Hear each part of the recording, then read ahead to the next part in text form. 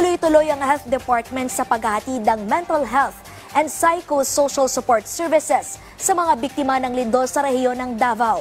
Yan ang ulat ni Bien Manalo. Puspusan ang pag-agapay ng Department of Health sa ating mga kababayan na lubhang naapektuhan ng pagyanig ng 7.4 magnitude na lindol sa Davao Region. Inactivate na ng Health Department ang 3 Philippine Emergency Medical Assistance Team o DOH-PMAT para sa deployment nito sa Davao Oriental. Alinsunod na rin ito sa direktiba ni Pangulong Ferdinand R. Marcos Jr. na pabilisin ang pagtugon at pag-alalay sa mga biktima ng lindol.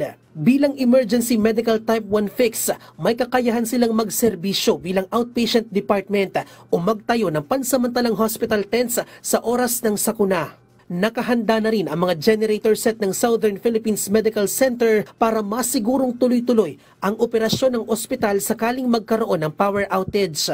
Nagsagawa ng safety inspection ng mga staff ng ospital at inilipat ang mga pasyente sa itinalagang evacuation area ng SPMC bilang bahagi ng kanilang standard safety protocol.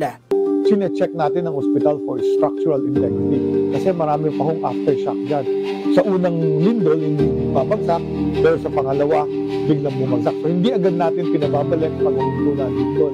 Kaya they will really stay outside for a while until ma-check ng mga structural engineer ang integrity ng mga ospital kung saan sila ibabalik.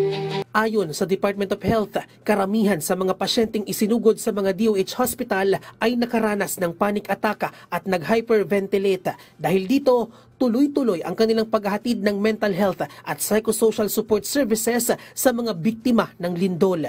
Samantala, ligtas nang naibalik ang mga pasyente sa loob ng 3 DOH hospitals sa Davao Region. Matatanda ang pansamantala silang inilipat sa mga temporary tents at triage at evacuation areas. Bahagi ito ng standard safety protocols habang isinasagawa ang structural integrity assessment ng mga gusali. Nagkaroon ng directive ang ating Pangulo at ating mahal na kalihim na zero balance billing na po ang lahat ng mga patients na sa basic accommodation.